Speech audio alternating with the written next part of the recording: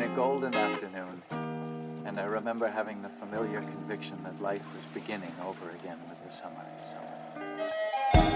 Audio. So we were talking about taking the with Taking the a break. 4x5. Yeah.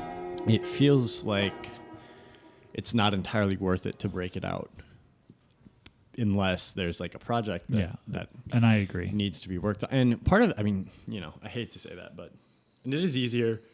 I have a 120 converter, so I can shoot 120 on the 4x5. Yep. And the process is still there, but like it's not worth it really for me to break the 4x5 out to like take pictures in my yard. Yeah, like, no, if I'm just absolutely. going downtown, so Yeah, especially something that's just sort of like a disembodied photo. Yeah. Like you said. like there's no versus it being a collection of things for a project. It's a project, right? That's a camera. That's like a. The only thing I could think That's of. a motion picture camera. That is like that. Yeah. That is a tool for a job, and I will eventually definitely have a job for it. But recently, I just haven't. I mean, I took a little time off, and then kind of came back to it, and we've been shooting together for the last couple of weeks, and I'm finding threads that I'm like, this is kind of interesting. Maybe store this away. This is kind of interesting, but nothing like for sure or like this is what I want to do yet. So when you're in that kind of situation, you just have to keep going. Yeah. Keep shooting. There are projects though, like if we start to do our magazine project that we've been talking about, like I think I want to bust that out for that, Sure. And I would love to do, if we're going and we're doing like reports on places or whatever, and we're trying to play like intermix this like journalism and art kind of middle ground. Would love to take a roll of 120. Do a full roll of 120 for each place. Yep. That sounds great. But yeah, it's just finding the right use case. Right. And then also freaking developing the film. Yeah. So what's like for one photo? We're talking like $40, like to have one 4x5. Oh, it's not 40. I don't think. Is it? It's probably like. And I mean the cost of the film and developing. So what sucks for anybody that's new to 4x5, it's not like 35 or 120 where you can just send it and get it like developed and scanned. Right. You can get it scanned. A lot of places though need to do drum scan for 4x5 and up. Yeah. Drum scans get expensive per photo. So I have my own scanner. Right. So you have to work that into what are you going to depreciate that over however many photos? Yeah. So like if you want a decent scanner that does 4x5 and you want the plate and like you can have the mounting fluid for the, like all of that's going to cost money. I don't really think about that because I already spent the money like several years ago, but you are going to need that. And then you're going to have to find somebody that can develop it. Yep. So you send it off, get it developed. What I'll do is I'll send it off, get it developed, and get it sent back. Yeah. You give the negative and scan the negative. And that's not that bad. Yeah. I mean, we're talking like $4 maybe a frame. Yep. Okay. To get it developed. Probably like another $4 maybe per frame. Okay. If we're shooting color. Yeah. And I apologize. I haven't bought 4x5 film. I bought a lot of it a couple of years ago. And I haven't really bought more. Because I was watching Brian Burke's channel. Black and white is significantly cheaper. Right. And he was shooting color 4x5. And I vaguely recall him saying something like $40 a shot between how much it costs and then developing. I don't know if it's 40 a shot, but it's probably like, again, film prices have changed a lot since I bought a bunch of 4x5. I know, right. So. Well, dude, I mean, just Ultramax at Walgreens went up from $7.99 to $12.99. So, I mean, I'm sure that's hit 4x5. I'm sure when I go back out and start shooting more. But then at the same time, like CineStill, did 4x5 400D. So you're getting, I don't know what they're basing that off of because, everybody always says it's like their 35 is Vision 3. 250D with the remjet taken off, blah blah blah. I don't know what they're doing for their 4x5. How they're doing, And I don't necessarily. I like to stick with the reliable with 4x5. So sure, it's like, and I would too. Like I've got a thing of Ektachrome, I've got a thing. You got 4x5 Ektachrome? Not Ektachrome. Is it Ektachrome? The color slide film, right? Ektachrome's. So, yeah, it's Ektachrome. Okay. Ektachrome 100, I think. Yeah, that's cool. It's not super expensive. No, I know a roll of it's like for 35, like $30. $30. I got a roll for Christmas. It was $30. Dude, it used to be because I used to shoot Ektachrome. Yeah. Primarily. Actually, that's the main reason I bought the M6 was to shoot Ektachrome. Then it just got too expensive, and I started shooting the M9 more so I don't really shoot. Yeah, that's right. Color film that's what anymore. They based the sensor off of was Ektachrome. Yeah, which is right. Not that they achieved it necessarily, but Ektachrome is tough though. That was the inspiration. Ektachrome is close to the M9 in the sense of like Ektachrome is completely unforgiving. But I love the look of it. It just kind of has this like dulled, real look to it. Yeah, I'm gonna use that on the I have Ektachrome satellite dish project. I think I have. Yeah, just make sure you meter because you got to like center meter.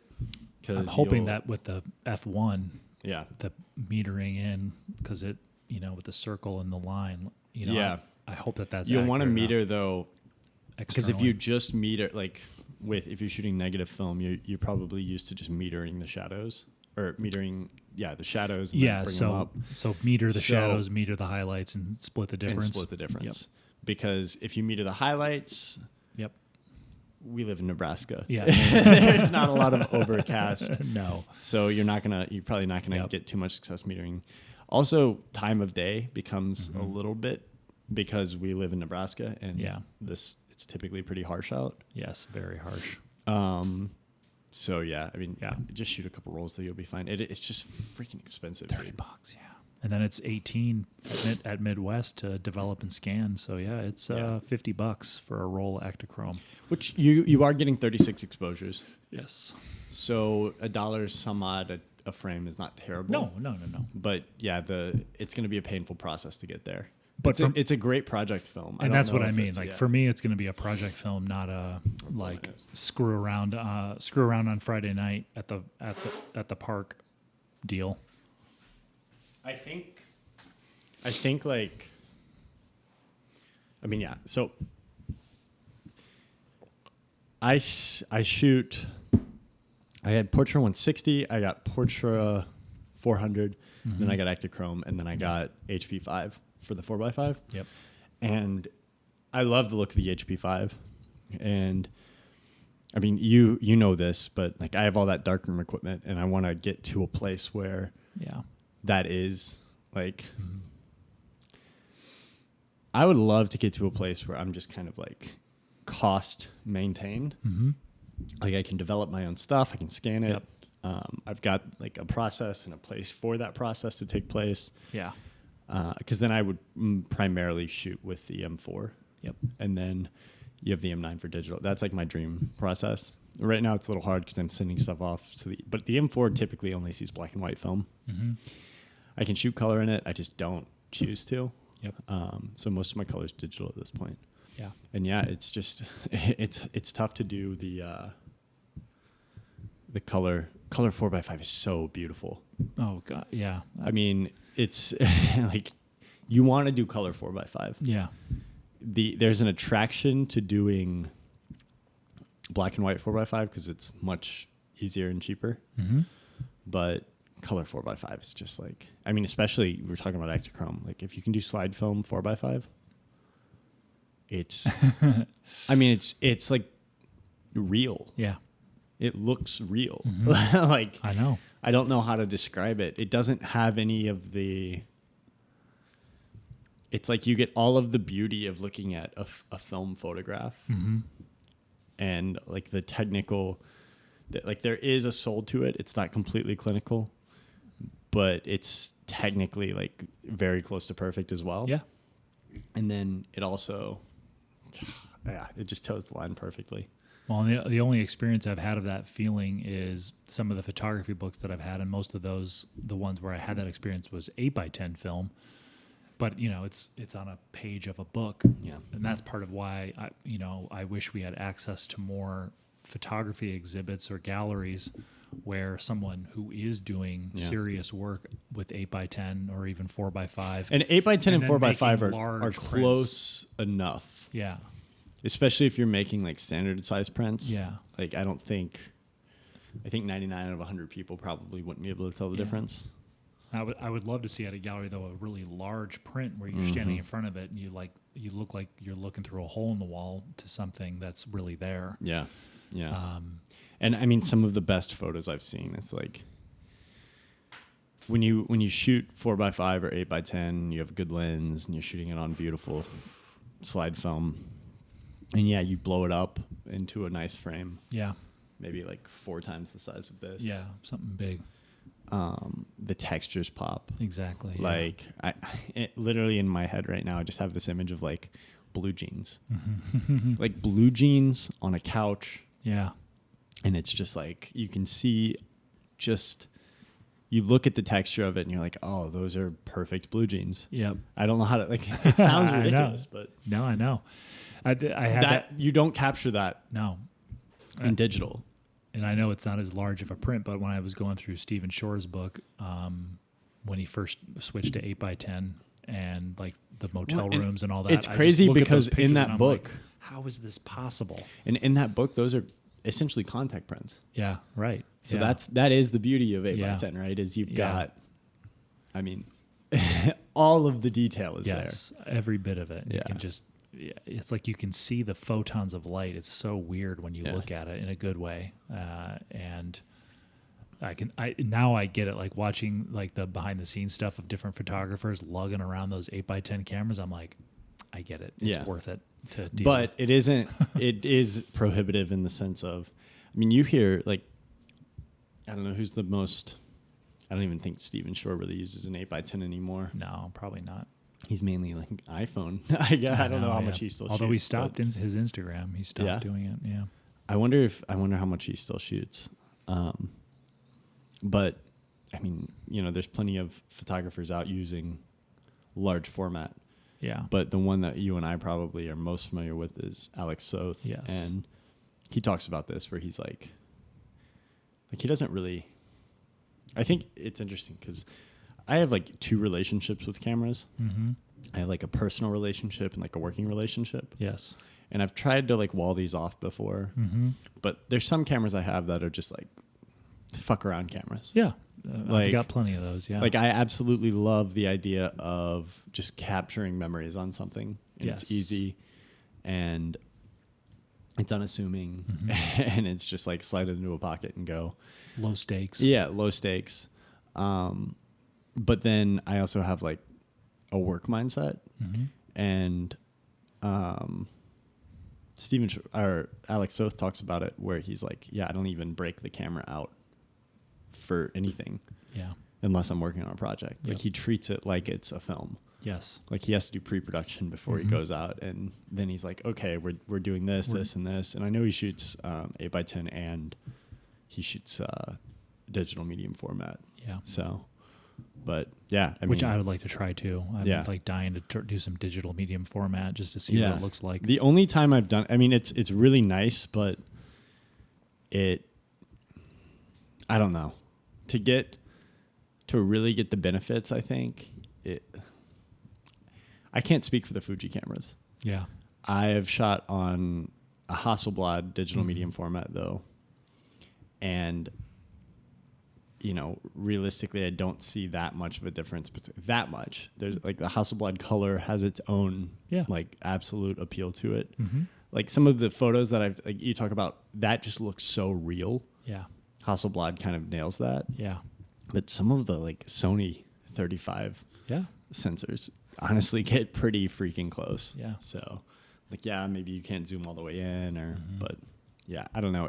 Digital medium format seems like it's still finding its way. Yeah. Again, I can't speak for the Fuji. I would imagine though the Fuji, I don't know. Fuji color science has always given me like a fake feeling. Yeah.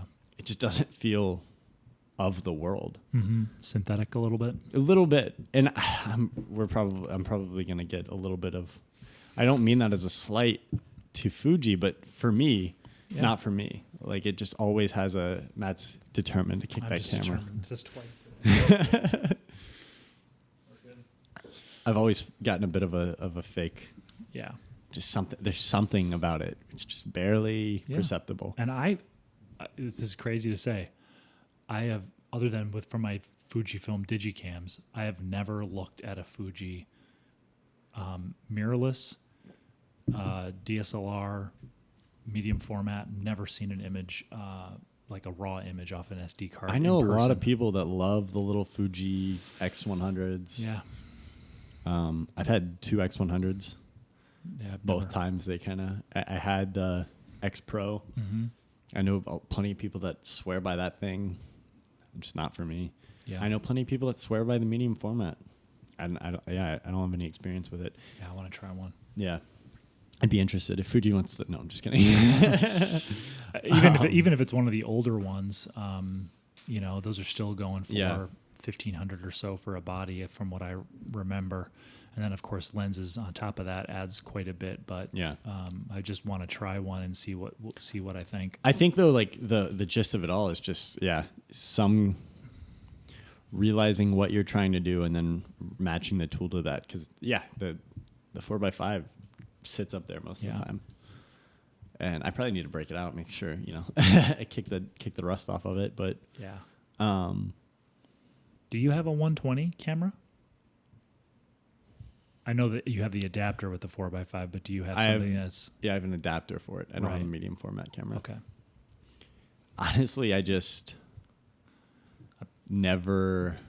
would have the Rolly still. Yes, right. I'm afraid this is like a bit of a technical conversation. We've probably lost any of our core listeners that don't care about photography, but... Talk about your feelings, guys. I loved the Pentax 6.7 too. I got rid of it though because it was so digitally reliant. It just scared me a little bit. Yep. You've essentially got a $2,000 time bomb that's hard to insure. Right, exactly. And I'm like, I'm good. I don't have anything. I think I'm going to take the... There's never really, because if I need quality to that level, like if I want to shoot 4x5 film, I can shoot that. Like the only time I really ever used 4x5 film, I used it, like some people do projects with it and things like that. And I just never really, I found that my workflow never really aligned with 120. Yeah. And I think I just said 4x5, but it never aligned with 120. Like I've done some, shoots with 120 and it's cool, but I'm like, okay, I think between, the Sony, the Leica and the 4x5, I could get anything I needed. Yeah. And then as soon as I figured that out, I was like, okay, like the two favorite, Hasselblad just never got used. And so that had the film back and the digital back. That was great. But again, that was a camera where it's like, okay, the primary camera is just sitting in a box most of the time. Right. Because you really don't want to take that out. Like that's like M6 syndrome times 10 for me. So that just sat in a box unless it was like a professional shoot. And it was actually kind of a pain in the ass to use on, professional shoot. Because most, like, let's be honest, unless you're a full-time fashion photographer or something, especially with help and you can dictate everything about your shoots. Like it just wasn't like the autofocus isn't what it needs to be. It was just kind of, I don't know. So I didn't use it. It was such a cool camera, but it just would sit in the Pelican all the time. Then I got the Sony and it's like, God, I can use this thing for YouTube. I love the image on the video. I love the image on the photos. It's so easy to set up and to use. And then also, if you have a Sony that you break out like 4 times a year, it's much less of of like a drain on your conscience. Yes. Easy to repair, super easy to insure because it's brand new. And how much you covet it. Absolutely. It's total beater if you need it to be. Not that this is a little harsh, but like a Timex versus a Rolex, you know. Yeah. Timex is a touch harsh because Sony, I think, is not that Timex is bad, or it's just it's like a Seiko versus a Rolex. Yeah, there you go. Seiko makes and Timex makes a great watch too. Seiko makes a super quality watch. Maybe Casio. Like maybe the finishing's not as perfect, right? But hey, watch out! I'm wearing a Casio right now. No, it's like maybe the finishing's not as perfect, but it's, you know, you've still got a super reliable movement. You've got really high level of craftsmanship. There's a lot of experience that went into making that watch. Yeah. And you know it's going to never let you down. Yep. And it's like, yeah, you pay for the Rolex and then people be like, oh my God, is that a Rolex? But then I find this true. Like the watch metaphor is a really good one, actually. Yeah. Like I don't own a Rolex. I don't want a Rolex. Mm-hmm. Like I would feel weird. Like somebody's like, oh my God, is that a Rolex? Like right. They're going to think differently. Either that's like putting you at a higher place or putting you at like, I don't like that person. Yeah. It's not worth it for me. Like it has too much. And plus Rolex is like so above themselves at this point. Like they're just complete luxury. Like nobody should spend over $5,000 on a watch. I mean, I guess, you know, some people can, but that's insane for most people. Yeah. It's like, so you're Complete shooting luxury. with a camera that's like that much money. And I mean, like Leica's towing the line. Leica makes me feel a little weird. Like, dude, I was looking they at need to settle down just a little bit because it's like you're getting to a point where you're like Rolex. When Rolex first came out, it was a hyper reliable quality watch. Yeah. And they still make the best watches. Like they are great. They are absolutely like stellar quality. They've got all the history. Mm-hmm. It makes you feel a type of way when you see that and you look down and that's on your wrist. And that's what you're paying for. But a lot of that, like, it only costs so much to make a watch. So a lot of that is just goodwill, brand reputation. Sure. And Leica's starting to kind of do the same thing. And the problem with Leica, too, it seems like the quality is not complete. I'm not saying like quality's fallen off, but it does. I mean, I hear more and more they're making it harder for independent shops to repair. Yeah.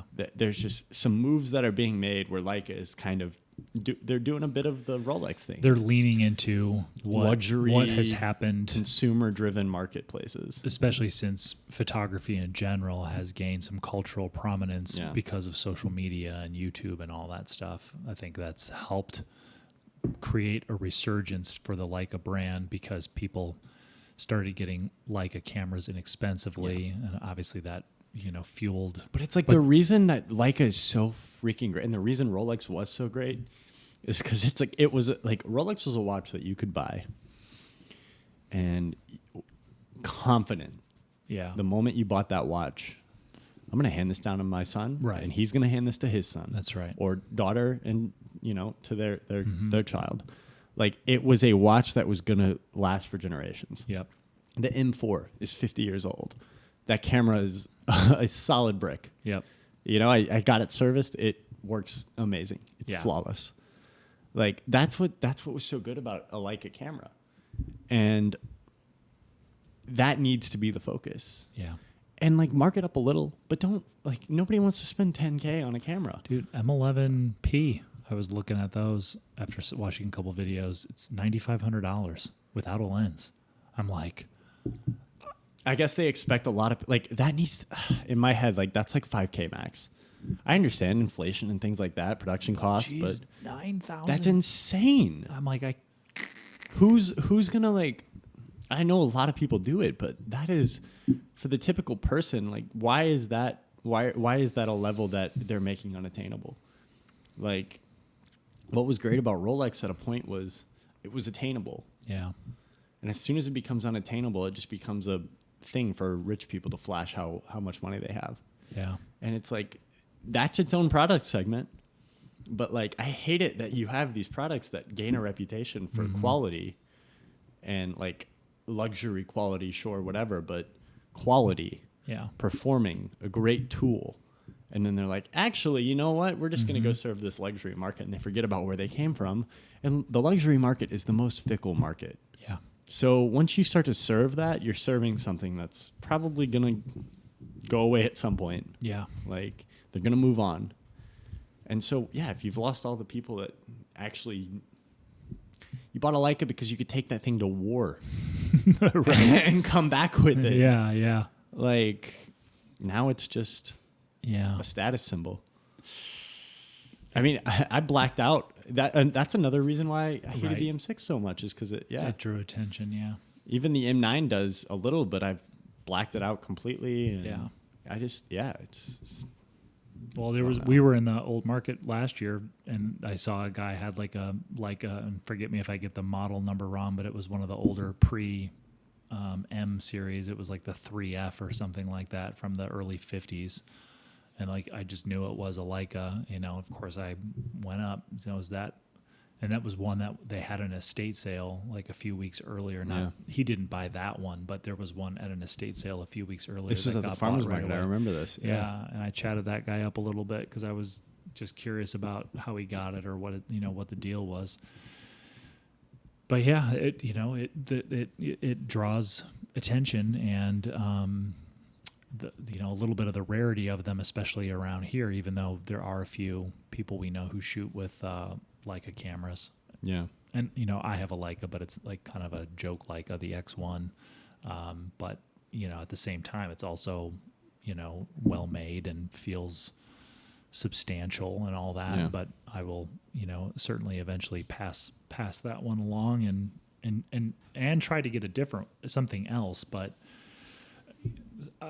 unless some massive financial windfall happened, I'm not even thinking about. It sucks. Like, I don't see any reason why this camera should cost more than like $4,000. Yeah. Like, I mean, what are the production costs on those? If they release the production costs and they're like, no, we're actually spending $7,500 to produce these. Yeah.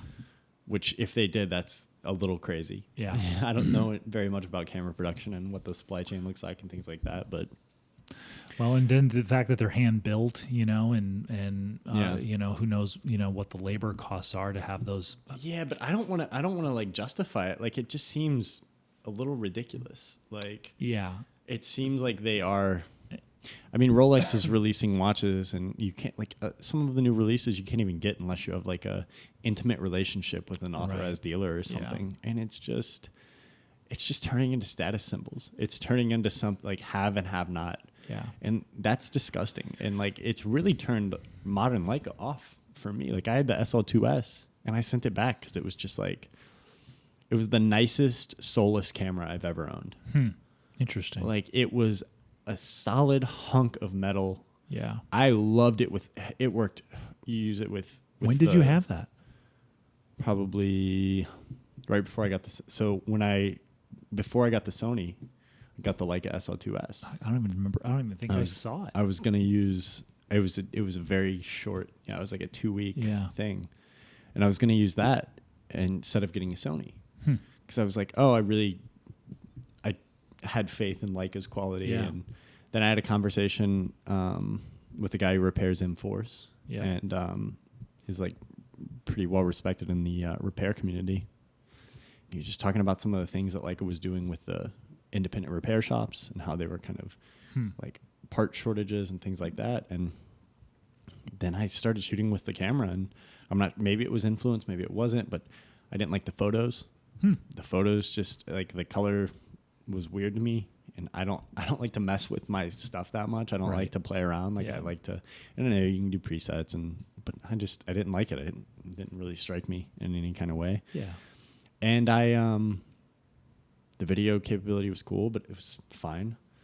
And I loved how it looked with like,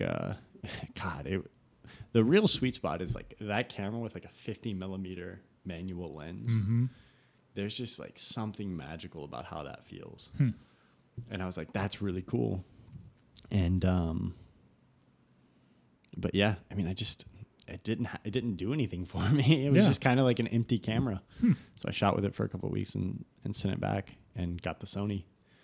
the Sony actually does speak to me, which, right? That's like the funniest thing. And I wonder if it's like sort of slightly lower expectations, and then when it exceeds them, it creates an emotional connection. I like the color of the Sony way more. I hold that camera and it just feels like a tool. Yeah. Like, honestly, that's what's funny about it is Sony makes, I feel like like Sony is an accessible, high quality product. Yeah. And it's like, that's what I expected out of Leica. And now, you get out of it. So, but the Sony is like, it does feel like flimsier. Like the Leica was literally carved out of a solid piece of metal. Yeah. My buddy Brandon has the SL2S, and I held it a few times because I've met up with him. It's a solid chunk of titanium. Yeah. Is it titanium, magnesium? I'm not sure exactly, but it is a substantial camera. Now, every time I hold the Leica, I'm like, wow, there's a real heft to this. But that one is like, bam. Yeah. It is a lot. I don't know what it was, but I just didn't do it for me, and I sent it back. And I haven't had a modern Leica camera. I mean, both mine are older. Well, I get that feeling, not the feeling about the SL2S, but just sort of the substantialness. When I first got my hands on my Canon F1, the new F1, I was like, wow. Yeah. This feels really well made. Dude, I talk all the time about my 80D. Which is right over there. Like the 80D camera that was like the first, I guess, like camera that I used for professional work and any kind of thing like that. And God, I still love that camera. Yeah. It's just, it's not going to win any awards for like beautiful design, but well, and some of these things end up having a soul to them. And I think part of that is like getting back to the beginning of our conversation is just what you use them for, and you start to make that attachment. But it's also just, in order to get to that stage of just using it, you have to, I don't know, it's just harder to do when the camera costs $15,000 with a lens. And that's it's just it's harder to take the watch and I'm going to go into water with it. Yeah. If you know that it gets fucked up, you're out $1,500 because you have to send it to get it repaired by an authorized repair, whatever. And Leica's doing the same thing with that. Like, you can't just send it to an independent repair shop. You have to send it to Leica. Yeah. And we know how that goes because I sent the M6 there and it took them a year, literally a year, point to point, to get that camera repaired. And it was not a complex repair. I wonder too, since it's older, if they make that a lower priority. Like, somebody just bought an M11P for $9,000, and the screen's got a dead pixel. Yeah. Like, we're gonna prioritize that because still, and they were great. They were very communicative and but still, it cost a lot, and the service was shitty. Yeah, and I was not impressed. Yeah, I don't want to if that's your only camera. I mean, I know people that shoot Canon and they'll turn around their service in a week. Yeah. Like, I think they actually have a thing where you can pay for it and it's like expedited. It's like Apple. I got to look up. I had to send my MacBook in for a repair the other day. You did? And it was, this was like a month ago. It was a sticky key. Oh, wow. Or something, but it was literally back 3 days. Yeah. I mean, it seemed fake. Well, because you shipped it off, right? Yeah. You just go on. I've done that once, and it was incredibly fast. I've got the whatever prepaid shipping and all that stuff. Oh my God! Like, take notes, Leica. Yeah. Like, it was incredible. Yeah. And so, if you're gonna pay, these, and maybe they do prioritize M11, but yeah, I don't know. We're gonna clip this. This is a perfect clip. Like, has Leica gotten above their raisin? Right. It's just insane. Like, I just don't see the appeal. So what ends up bubbling up with me as far as the feelings go is certainly not any sort of like anti, it doesn't make me be like, well, I'm anti Leica and I'm going to go look for something else. But I certainly makes me embrace my QL17 because I feel like, I'm not saying that that's just as good of a camera as, this 35 millimeter Summicron with a, with an M4 body or an M6 body or whatever like that. But part of me is also like, I feel like with my eye and judgment of what I photograph, I can help make up some of the difference in quality. Yeah. Especially, how many more photos can I take by saving $3,000 to $5,000? Yeah. But then even something like, the coveted Mamiya 7 for 120, electronic rangefinder that everybody gets nervous about, partially because of the cost, but also once you start shooting with it too, though, like I'll give Leica one thing, like even their new cameras, those things, you feel like you could go to war with them still. Yeah, they're solid. It's like a Rolex. You feel like you can go to war with that. Yeah. Like the Mamiya 7 is a flimsy camera. Yeah. That camera feels like it's going to crack in your hands. The lenses feel cheap. Yeah. Maybe that just. So when I found the Konica Connie Omega Rapid at that estate sale, the medium format rangefinder press camera, I feel emboldened to like, what can I do with this $100 camera? Yeah. Compared to the Mamiya 7 when I take this out and go make pictures. Yeah. Is it really going to be such a monumental difference between the two? I'm telling you, as far as the photo goes. Yeah, I will say though, the reason like Mamiya is a shite camera in the hands, in my opinion. Yeah. And I know there's people who love Mamiya, but that lens, specifically, I think I had the 80. Yeah. Is one of the most unbelievable renderings I've ever seen on a piece of film. Wow. Like, and you can pick out Mamiya 7 photos because of that lens. It's so impressive. You can pick out photos and like you could do a selection of 8 photos and you could probably pretty accurately pick out which of them are the Mamiya 7. I don't know what it is about that lens is like the peak of analog rendering, I think. And I'd have to train my eye better for that because I feel like you can assess that stuff. I think you would be able to assess it. I would spend some time just looking at Mamiya. I don't know what it is about that lens, man. And I might be off a little bit in saying that, but I'd be curious. Yeah, I would be too. To the 2 people that are still interested that know anything about cameras, like that's why I got to fire off the Rapid because a lot of stuff that I read about it and the lens that is on that camera, a lot of people were like this for the equivalent camera for Hasselblad back in the day. Like this camera holds its own because of the lens from Konica. Yeah, it holds its own with the Hasselblad. And how it renders and sharpness and edges and all that stuff. I don't have as much of an eye for that. See, my problem is when I look at the photograph, I just look at what the subject matter is. And I'm not saying that that's the right way to do it. I think that's how most people do it. And I think that is absolutely. What's the story? And people are like, yeah, but you see the chromatic and this. I'm like, I don't, see, but yes, if it's pointed out, I see it. But I don't, even like on a second or third viewing, like if we watched a Scorsese scene and somebody's like, you're watching the story, but then you're like, yeah, do you see how he's got the light here? And then there's a little bit of reflection, whatever. Like, I don't. Yeah. Like it takes several viewings or looking at a photograph to like start looking at maybe a technical anomaly or something, And there's something about it though that just. When you get the right subject matter, just how it renders color, how it, I mean, and you're rendering to a piece of film, right? So I don't know. Maybe I'm talking up that lens, and I think what you just said is how it should. Like you need to focus on that when you're creating the work. I think people like us like to get into those weeds though. Yeah. At a certain level of like. I don't know. Maybe part of it is just looking for novelty. Well, that, and I think, I feel like you hear, people that get so much experience and so much mastery of the craft can get into the weeds with that stuff in their mind. It makes me think of those instances where it's, what do they call it? Like, where you almost want to go back to, it's not new brain or baby brain, but like beginner's mind. Yeah, beginner's mind. That's what it is. That you want to sort of unlearn all of that stuff so you can see it more for the essence.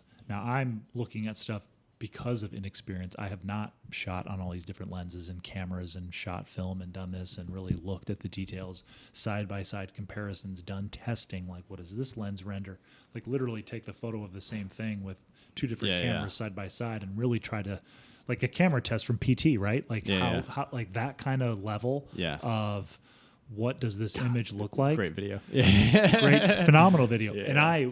And I would love to have the resources to be able to do that kind of thing, to think about a photo project and be like, well, what film stock am I going to use? Yeah. What camera am I going to use? Or line of cameras, because I'm going to shoot 4x5, 8x10, and 35 because I want a range of resolutions and all this stuff. I would love to do all that, but I wouldn't want I think you do that on video more. Probably, yeah. And I mean, just especially your experiments with, I mean, look, let's not act like you're unfamiliar territory here, because this is the guy that's building a 2009 Mac so he can digitize so I can old VHS footage. Right. Yes. Like that's a level of care I think a lot of people don't. Yeah. And so I can analogize my digital stuff. Yeah. To make a VHS of the opposite of what most people are trying to do. Right. Yeah. Absolutely. Well, and getting into stupid stuff where I'm like, all right, let's film an episode of studio sessions and then put it on VHS, and then let's digitize the VHS. No, but that's the level that you're getting into. I mean, you talk about you mentioned PTA, and I mean, like they shot on television cameras for like the game show sequence in Magnolia, like because they wanted it to be accurate, right? Like that is a level of detail, and you talking about like. I think it will work its way into the photography. Some people just never get the bug. Yeah. They just get what they like and they stick with that. Mm-hmm. I do think it's worth experimenting though. Yeah. If you can manage to like find the means and like look for deals, don't be impatient about it, but experiment, and you're not going to do it all in a year. It's going to take a decade plus to like. But yeah, I mean, you're trying all these different cameras, and you've got a vast knowledge of cameras and lenses, especially in like the digital camera and like older film camera range. Especially the feeling of using it. Yeah. Again, like some people might want a review video on a YouTube channel about like this Digicam versus that Digicam, or this sensor versus that sensor. To me, so much of what I'm learning is what is my emotional experience using it, and then looking at the image it creates. Yeah. And I don't get into the technical too much with that stuff. Other than like, I don't like this lens at its widest. Yeah. Like this one, the wide is too wide for me. It's too much. I have to go in because I'm getting too much curvature. I don't want to deal with like, getting Lightroom, and even though they're not going to have that specific lens to like distort it, all that kind of stuff. I'm like, that's not something I'm interested in. Yeah. But sort of picking up on those things, what things in the experience of using this camera creates a little bit of or a negative or a disappointment, or I don't really like that, and then what makes me flip shit because I've got a shutter button in the front and I can shoot TLR, even though one of my is as sort of shallow as it is. One of my negatives is I just don't like the look of that camera. Like it doesn't. It's not like the design, and part of that's the color and the word tough on the front. Like, dude, it has like a weird appeal to it. It's charming, and like it's cheap enough, that you could totally kind of Van Nuys at it. Oh, like take a file to that if you don't like it. Paint that a different color. Like you could totally do that. Yep. And then make it. Make it your own. Yeah, absolutely. So let's land this. This is the camera episode. Crazy shit plane. Yeah. Who knew we would have an episode talking about photography and cameras? And we just kept talking. We were like, we're not allowed to do that. And then we did it again. Let's land the shit plane. like how do we tie all this together? Like for anybody that's. So many people. This is just ASMR at this point. No, I mean, I think I think talking some specifics about the tools and our experience with the tools and just giving sort of nuts and bolts practical reactions to them. I think for me, if I'm listening to this episode, I'm kind of cross-checking what we're saying with how I feel about the tools that I use. And this is, I think, relatable, like not just to cameras, but paintbrushes or video cameras or whatever tools you use to make your work. Yeah. To me, what I'm coming at this conversation with is I tend to focus on my emotional experience with the process, with the craft, with the tools. How does it make me feel? All that stuff. Same. And also, I think on the emotional side, I'd say also just I know I've got something good. We were walking around last week and I was shooting with the M9. Yeah. And you were shooting with that. Yep. And there were just moments where I'd look down and be like, God, I fucking love this camera. Like, I just love this camera. And I think that's important. Yeah. Like, you spend so much time. And I think it's like the tools are tools, but love the tools you have. Right. Because I think they are going to work their way into the work a little bit. We've had conversations before too about just like using things that elevate the experience. Yeah. Just how can you elevate that experience a little bit? And before we get off, I do kind of want to ask you, I want to hear what you think about Can I make just one comment on that first? Yeah. So you have the question? Yeah. Okay. Hold the question. What I love about where we both are, and let's not go down the rabbit hole, but I just want to say, I love when we're out watching that you found the one, like you found your camera systems. You've got the 2 cameras. Yeah. And I'm still dating all these cameras. I'm still trying to figure it out, right? Still in the dating phase. Yeah. Now, I think ultimately I'm going to have probably like 4 cameras that I love, where you might have 2. Maybe I'll have 5, and they're a little bit more situational. You saw my dating phase, though. Yeah. It was a chaos. Yeah. Like. Yes, exactly. And I'm in that world right now. Yeah. I'll wrap up. I found my soulmate in F1 for a specific situation. Yeah. So when I go out to do more environmental cityscape. Hold on. Hold on. We're not going to just pass over the fact that camera's all black. No, yeah. No surprise. That is Matt's camera. You could pick that out of a lineup. Oh, I love this thing. And the whole time I'm shooting with it, I'm like, I'm struggling to find something other than not having a 35 millimeter lens. If you could get a mod of that same camera with a digital sensor in the back and then have a digital version and an analog, would you? I mean, yeah, why not? That'd be incredible. Yeah. So this is set, right? And then, I look at rock solid too. A rangefinder. Still haven't found the rangefinder that I love. I love the QL17, but I think the 40 mil lens is a little bit too tight for me for the rangefinder. And then, medium format, I'm going to start exploring that a little bit. And then, little pocketable digicam. I love my Canon power shots that have the positive film preset, but I'm working on a digicam experience like with this flip up screen on the Olympus to find the right camera for street photography, digicam street photography that just does what I need, both my emotional experience and then that thing it creates in the people I'm photographing. Yeah. I love the Ricoh, but if I'm constantly battling dust on the sensor and I have to take it into Affinity Photo, you've got to sell it to me. That's it. That's actually, I'll say I wonder if I need to see if Ricoh has a send it in and get it clean thing, because I would rather send it to them than take it apart. I watched a couple videos and it's not for the faint of heart to get in there and clean off the sensor. Yeah. So that's so I love that you are you are settled for now, and I am really enjoying. I still look though out. like I wouldn't mind a Ricoh. Yeah. That's really the only one. Yeah, I could see like I don't really look for photo cameras. I'm not gonna lie. I don't have any need that's not served. Right. But occasionally I'll look at like handy cams. Yep. Handy cams interest me. Yeah. I just love like the high functionality. I wish that was a market that got served better. Low end cinema cameras interest me. Yep. which now that I've kind of got this very custom build, Yeah. I don't know if that itch has kind of not come up. It just depends. Like we'll shoot with this and see. I'm talking about like the Black Magic kind of the original pocket cinema camera, which we now have between the two of us 3 of. Yeah. No, and like that's cool though. Like they're not as precious. Yeah. And you know, I'm always open, but I just don't have the gotta have this. Right.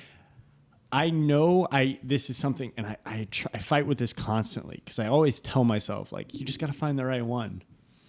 And it's a terrible mindset to have because it prevents you from kind of being happy with what you have in some sense. Always questing, yeah. But I do know myself enough, and not everybody's like this, but I do know like once I find it, I'm usually there. Yeah.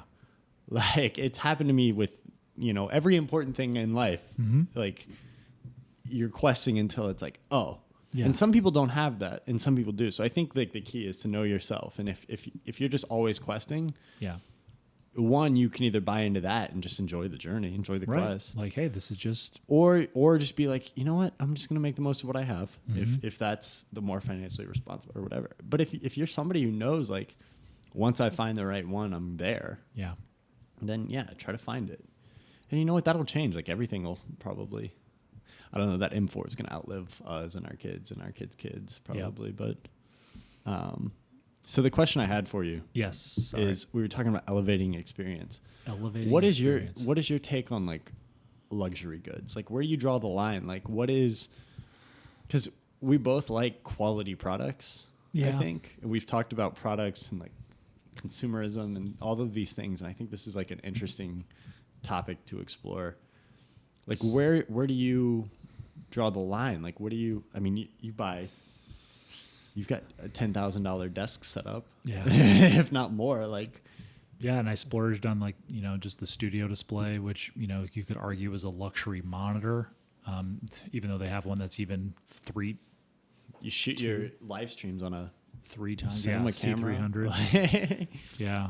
Like where do you draw? I mean, I don't know if that's a luxury item. No, when I think of luxury, I mean, you love your glasses. You love your, you know, that's something that you've talked about. Like gives you a lot of joy. Yeah. Your sunglasses, your Ray-Bans. Oh yeah. Which. Well, and I think, you know, the things that you've referenced, I think some people might be going, well, I really think of luxury as, you know, Rolex and Louis Vuitton and, you know, Gucci and like the really, really high end stuff, a Birkin bag. Not that I would have one of those unless they make men's bags, but stuff like that. I mean, I think it's twofold. And I say this to Aaron, you guys just went out to, my wife, you guys just went out to dinner Friday night, right? And I sit there and I go, you know, I'll tell my wife when it comes to dining out, like I really appreciate more luxurious restaurant experiences. Holy cow, dude, too. I know. Like we haven't talked about that yet. Well, maybe in the after show. But I think my wife, who just has such a good, read of authenticity, and I know that's like a trendy word that people throw around, but I mean this like in the, like a truthfulness, you know, like somebody who might want that stuff because, like you said, the social status that being a part of that communicates versus the actual true, pure desire to experience it. I tell her all the time, somebody has dedicated their life to this thing and I get to experience it. So when I think about a luxury good, I think if this company, like it is their soul, it is their dedication, their passion, and they care about high quality materials and craftsmanship and a lifetime warranty, guarantee, all that stuff, I want in on that, and I will pay a premium to get in on that. So, for example, Artifact Bag Company here in town, everything's handmade. He goes out and selects vintage fabrics, and I mean, every detail is poured over. You know, is it still accessible to someone like me? Yes, versus a very expensive bag like a Louis Vuitton or something like that. But, you know, it's a $350 messenger bag. And I'm like, this person has dedicated their life. This is their life's work, and I can get in on it, and kind of early, because what if they get big or whatever? And that's what excites me about it. you mentioned earlier with Leica and Rolex as an example, your interpretation a little bit is that they're moving towards, we're aware of what our brand means Rolex to people has now. moved towards it 100%. They have chosen a direction, and so Rolex has embraced it. Leica is maybe, at least in your estimation, flirting with it.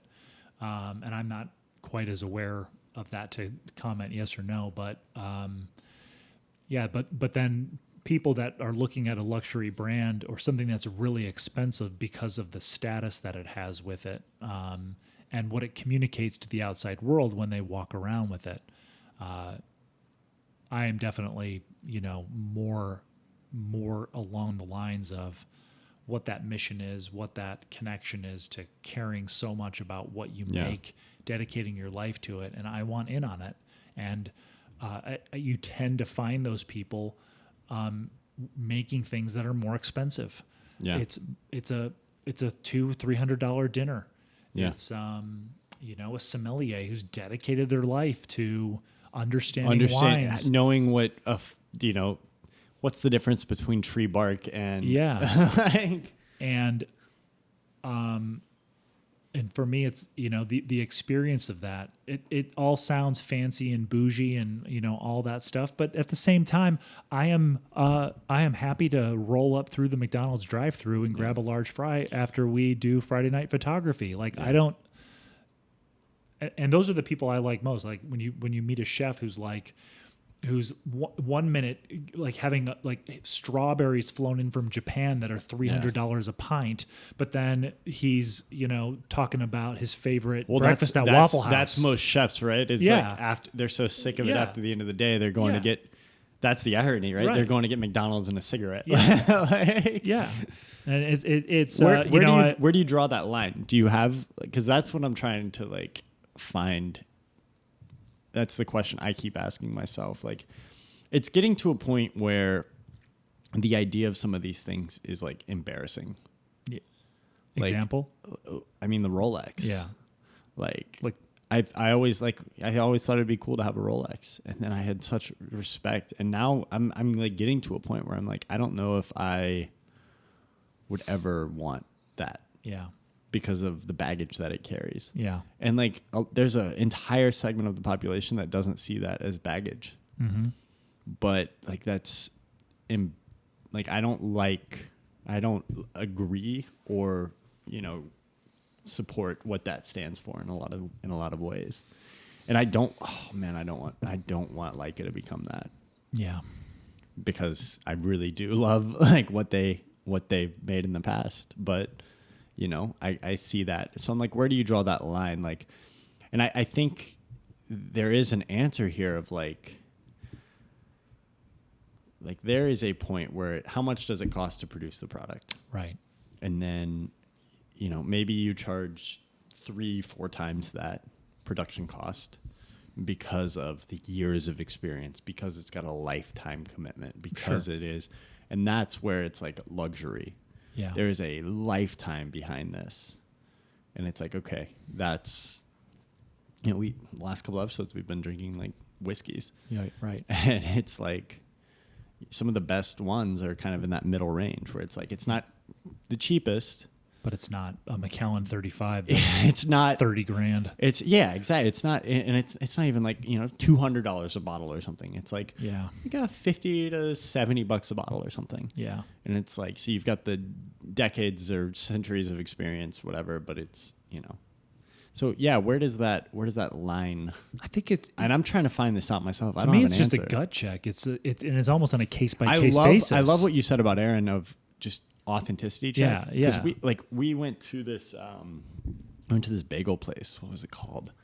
I almost want to give it a shout out because it's so good. But Bruegger's? No.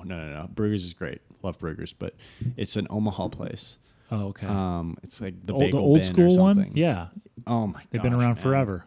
And their place is just straight. They haven't changed it. That's exactly right. Okay, so some of my favorite coffee shops I've ever been in are I don't know why. Yeah. They're typically on the West Coast. Yep. Northern California, Seattle area. Mm-hmm.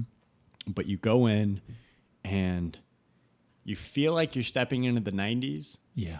But it's not a nostalgia thing. No, right. If anything, it's just Blue Line gives me this vibe. Yeah. Blue Line's all good. they give a shit about is just how can we have a good quality product, keep things, and it's like completely itself. They're not precious about it. They're not trying to be anything. They're completely perfectly themselves. Yeah. We went to this bagel place and like, yeah, you spend like $15 on a breakfast and, you know, we sit down, unlimited coffee refills, and we hung out for an hour and a half.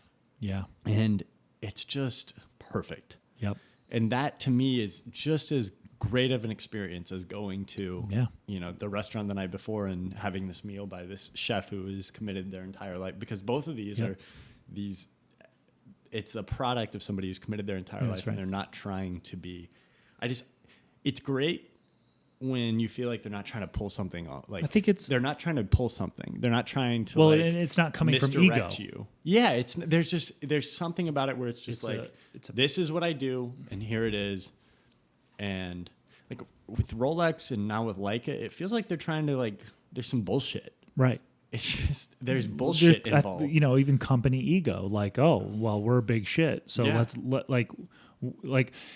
not that we could charge $5,000 for this camera and be a wildly profitable company, but people are willing to pay $9,500. Well, let's charge $9,500 because we're so sought after. I'm not saying that that's what Leica is doing, but if you start feeling those feelings, it becomes my a bullshit problem. Radar is starting to go off with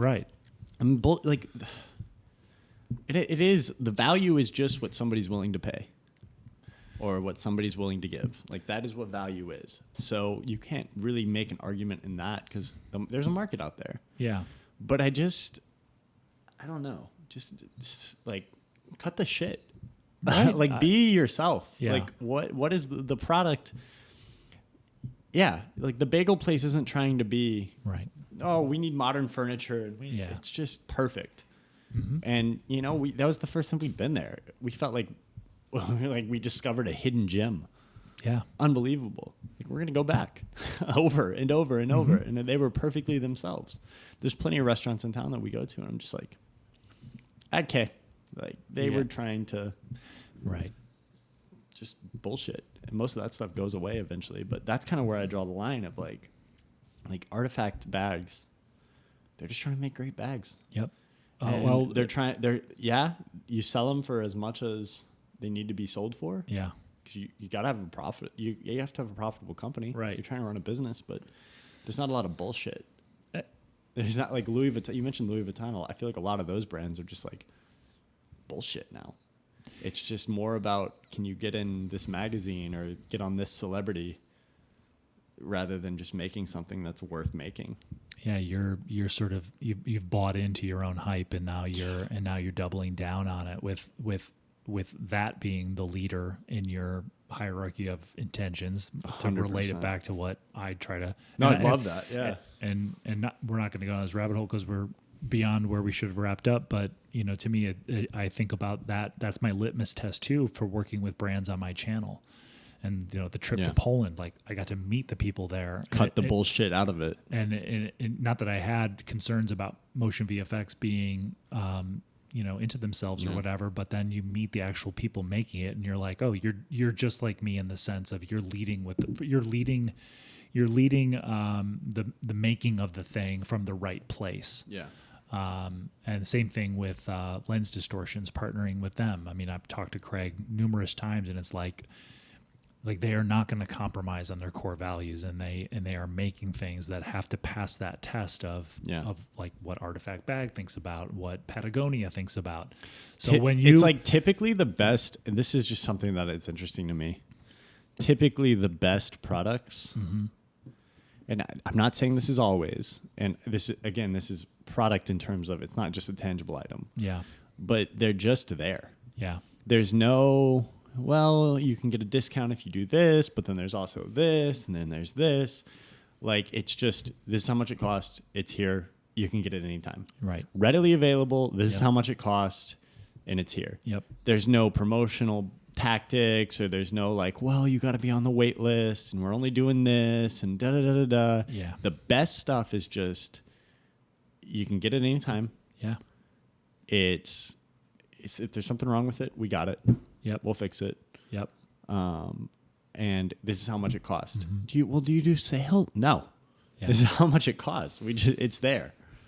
I wonder honestly if a lot of why people are drawn to older things, especially from companies that aren't around anymore, is because of that. Like the typewriters for me. Like I don't, Royal isn't around. Yeah. At least in my understanding is maybe they got bought up and they've been turned into something else. But I'm sure there's subsidiary somewhere. Something, yeah. But it's not like you go online and see a bunch of Royal computers. Like they didn't evolve into something else. And it's just so sought after in my mind. It's almost like it's whatever emotions you attach to it through the experience of using it. Yeah. Is the meaning that object has versus Rolex, which is all this awareness of that brand ahead of time, and then you buy it, and then you attach your feelings, but it never circumvent's not the right word. It never surpasses your awareness of the brand in the first place, right? Shit, dude, we're gonna go over it. But that's what some of these older you just opened. This is what I was hoping to get to with like this. Oh my gosh! Yeah. Just keep going. No, this I'm afraid of these guys dying. But so meaning attached to an object. Yeah. We talked about like synthetic meaning. Mm-hmm. People are trying to sell meaning in the marketing, and then you just possess the object. Right. When it used to be a product was just built to last. That's right. Like you buy a Royal typewriter. I fucking bought that one from 19 when was that? They stopped producing in 39 because they had to move production to produce for the war. And which one's that? Corona? The Smith Corona? Smith Corona. Yeah. And then the Olympia, that's 70s, early 70s. Yeah. Like these objects were built to last a lifetime. Mm-hmm. And so you can apply so much more meaning to the object over that. So much, so many memories and experiences can be applied to that object. And now we make things that are meant to last for 3 or 4 years. Yeah. And happen to be making those things that don't have a long lifespan in a time where there's less, experience per whatever the metric is. Mm-hmm. Like if it's experience per year, that number is lower than it's ever been. And the lifespan and longevity of these products is lower than it's ever been. So it used to be you buy a watch and you're like, I'm going to attach meaning to this thing for the next 50 years. Mm-hmm. And then I'm going to pass it on. It's going to mean this is going to be a symbol of everything that I did. Yep. And this is going to be this is my pride and I use pride in a very positive way. Mm-hmm. This is my pride in an object, and I get to experience handing that. This is my life experience. Mm-hmm. This is my life's work. Here, hand that to somebody. And now we just make objects that are meant to be gone in a year or two. Yeah. And there's none of that. And I think we crave that. And I think that might be a reason we go back to these old objects, is because it's like we've gotten so far away from it that things aren't meant to, we want that. And we can't find that in contemporary production. No. So we have to go back to this mechanical things, because we want things that we can apply experience to. And what's the alternative? Because, the production is, I think you have people trying to apply it synthetically and sell you, well, look, this comes with all this meaning. You don't have to apply any meaning. Just put it in your thing, you know? Take it to work every day, and you're going to get all this experience out of it. When we're desperate, I think objects at the end of the day are just like vectors. Mm-hmm. It's a vehicle. It's like toast, some people make really good toast. That's a bad example, but it's like the French fry to the ketchup. Some people are like, I have shitty French fries. They're just a vehicle for ketchup. Right. Yes. Yeah. It's just something to put ketchup on. Yeah. No, but I objects they're a vehicle for our life experience. Well, and they can be a vehicle for what people think of you if you're vain and ego. This is a vehicle to get the attention that I want, or people to think of me in a certain way because of what I possess. I think too, objects, especially ones that are an iconic object in your life, like the CRT TV has become, like your Olympia, like the Black Magic. We grab these items because they are a representation of who we are, the things that we care about, and they're going to be a part of our lives forever. And I think we crave that, not because of consumerism and to own as much stuff as possible. And I think we have tapped into the past because we can access high quality at low prices in the past, like mid-century modern furniture, even though there's, some places have tapped into the perceived value. It's all starting to become, but I do think like some people, and I want to like be very clear. Like I think we are more wired this way than some people. Some people really don't care. Yeah. And I'm not saying that in a negative way. Some people, it's like I'm almost jealous of that. Or some people care about a very small sliver of things. We care so much about photography and film, I think, and writing. Yeah. Because we're so obsessed with the movement and passage of time, and like being able to, and this is you and I, and I'm sure several viewers, just being able to almost cut a little slice of that out and preserve it means a lot to us. Some people that doesn't mean that much to. Yeah. But to people that means a lot to, consumer production doesn't really line up with that. And so, I think we look into the past to find something that better lines up with that worldview. And I think you have a larger segment than it might be apparent that does care about those things. And so, yes, is it nostalgia? A little bit, but not in the way that I think people think it is. It's more nostalgia in a way like they're looking for objects that can act as a blank canvas for their experience. Yeah. And that's where, like Artifact Bag Company, I gravitate towards their stuff because I feel like they're making their stuff even with a lifetime guarantee. And then they'll do repairs to stuff if you send it in. He's embracing that mentality behind an Olympia typewriter, old Rolex, some of these brands that, Leica, that jeans, like there's certain jean companies, and it's like, perfect example. These Levi's have whatever that synthetic, that latex, whatever. And the pair that I bought for $65 2 years ago, holes everywhere. The thing's frayed. People are going towards the vintage denim because it's actual so hard denim. To find denim that doesn't. Levi's makes one pair. I know. They have like their high end stuff, but they make even their high end stuff doesn't have it's gotten contaminated. Yeah. Like I had to literally find I've worn Levi's my entire life, and I was buying new jeans last year and just went to a different company. There's companies out there that make them now, because they've responded. But that's right. It's like Levi, this amazing thing, and now they're just creating. It's shit. It is shit. It doesn't. It's more comfortable for sure. Well, and I don't prefer, I would prefer the heavier denim just because it lasts. So I asked them at the store, I said, what pair of pants here is like actually made out of denim? It doesn't have the elastic stuff in there. She's like, just the 501s. I mean, like the answer was right there. Yep. Now, I don't like the cut of the 501s as much, but I still bought a pair. You have to go get it tailored to get it to fit, which is ridiculous. Yeah. Like, I don't want to do all of that. Yeah. And it's like, that. The thing is,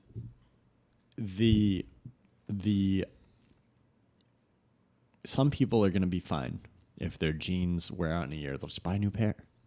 They don't care. It's fine. Right. But to me, that's fine. But to us, we love the idea of like, I like the holes. I've started repairing I learned how to sew a couple of years ago so I can repair stuff. Like that stuff is silly. Yeah. But it's cool. Like I just got my, my granddad's overalls and one of his shirts. And the shirt is like a $15, $20 shirt. Yeah. And I got it repaired. There were holes in it. I got it repaired. I got it re-hemmed. Yep. And I'm going to wear it probably all the time. Yeah. And it's like, that means a lot to me. And it means so much more to me than anything that I could. And some people, it's like there isn't that connection. But back to your question, that line, if Levi's is saying to themselves, look, we make too good a quality of a jean and people aren't buying enough of them because these last for so long. Let's take part of the line, the 501 line. We'll keep that the best because that's our biggest seller. It's the most iconic, the 501 button fly. And then let's start taking the other jeans, the other style numbers, and start doing the elastic thing because sure, they might be a little bit more comfortable and we can kind of make ourselves feel better about that, but we know they're going to get tore up and ripped to shit. Yeah. And then people are just going to keep buying them every 2 to 3 years. And I will. I like the cut of this so much, this jean so much, that if this has holes in it in 3 years, and I don't want that look, I'm going to buy a new pair every 3 years. They're flimsier now. It's just like... I agree. They're doing the Rolex thing. They're doing the Leica thing. They're like, we are such an iconic brand. People will buy us whether it should or not. That's right. And so they don't care. We're aware of it. And like companies... Boeing, buddy. Yeah, no, there's a lot of companies that are taking that mentality.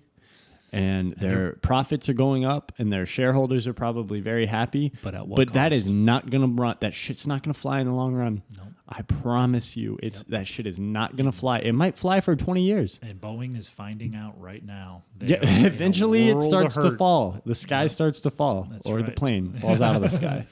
That's exactly right. And then they're going to sit there and go, "Oh, we have to go back to the way we did things before to save our company." Why did we ever leave? Well, now we know for sure to double down on our values. And if we can recover from this, I was just watching the news, not to go on to Boeing, but they have no plane orders right now. They owe planes, but they have had no new orders for 2 months. Yeah.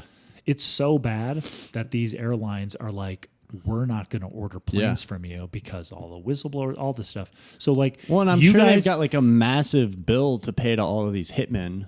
Right, that are offing all these whistleblowers. But they were an iconic brand in aviation. Like people, they were so revered. Had honestly surpassed. I mean, you talk about the golden age of advertising, like the Madison Avenue age. Like they had become an icon of American culture. 100%. And and so then, you know, and this is what we're talking about with Levi's, you sort of like know that, and you're like, well, now it's time to really start making some money and capitalizing on our brand identity by betraying it to cheapen things up and improve profits and cut corners on safety and get in tight with and it's the same thing's happening in social media too. There's the reason is because you said like, it's okay, we got it, now it's time to capitalize. Now it's time to capitalize. And there's a term for it, and it slips me right now, but yeah, terrible way to go. We'll have to remember that term and talk about it. And I think that happens with YouTubers where you're like, I was part of your audience before you had 1,000 subscribers. Like it could happen, it will happen to us. I think it happens with filmmakers and photographers too. You sort of like great filmmakers who are just cashing in on the check at a certain point. Well, and just sort of like losing what it was that got them there in the first place. And sometimes I think it happens to an individual creator. It can happen sometimes unknowingly, like subconscious ego versus conscious ego, subconscious vanity, like there's not like malicious intent to capitalize on stuff, but I have to be careful of that because, someone who's been in, has financial debt and student loans and all that stuff, I could be tempted to get cute with my shit because I want to. Dude, how do you protect against it? Is it this? Well, you have to have these conversations. I always like. There's some things I know. Like I can count on Audrey to hold me accountable. Yeah. I can count on you to hold me accountable. Your I audience, can count your on community to hold you accountable. Absolutely. Like there's and your own litmus test when you make a decision. Like, am I talking myself into this because I know feel it's like a betrayal? I make stupid decisions sometimes, though. But yeah, no, for sure. And we're human, we're going to, but we have to try to really ask ourselves when we're going to do things that we've never done with our work or our content. Is this crossing the line that you just talked about? Am I crossing the line? And that goes back to the conversation. Like my buddy Eric, I was telling you about in pre-show, curation versus promotion, authentic work versus inauthentic work. I think that's why I have such a high level of respect in terms of like artists. I was reading yesterday, there's a new book that came out on Paul McCartney, all of his lyrics. Yeah. I was reading through and I'm like, Jesus Christ, like this man has 180 classic songs. Yes, right. Yeah. More classic songs he's than batting 1,000. Jesus Christ, this guy's spectacular. But like I was thinking about the Beatles, and I was thinking about like at the height of their commercial success, they zagged. Yeah. And then they zagged again. Yeah. And he's talking about how like when they first after the Beatles, when he started Wings. They're like performing the same 10 songs because they just didn't have like, this is the Didn't guy have that the wrote catalog, like fucking right. Blackbird and Right. like, Yeah.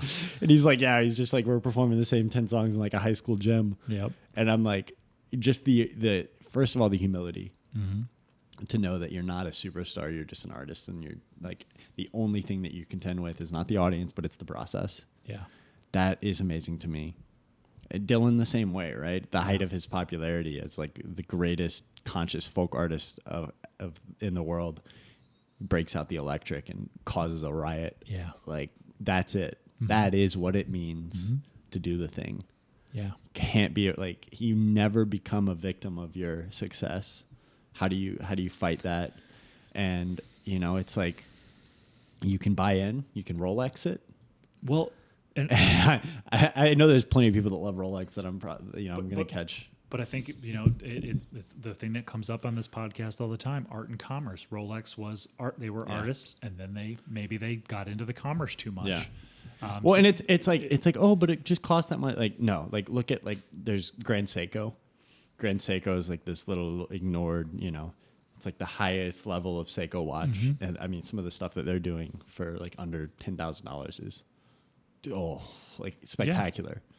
Completely rivals Rolex. Sorry. Well, it but does. They could be hungry. They're trying. I don't love it. I don't love all of their stuff, and part of that's like the iconography of Rolex and stuff like that. But it's like, but they're doing it. Like they're proving that it can. And there's plenty of other brands too that are doing spectacular stuff. But just like the ability to do that, like Paul McCartney thing, or like what got you there. Yeah. And then being like, okay, but now I need to go further. My responsibility as an artist is to go further. Yeah. Is to do something else. Yeah. I think that's important to know when you reach that. It had been a golden afternoon, and I remember having the familiar conviction that life was beginning over again with the summer.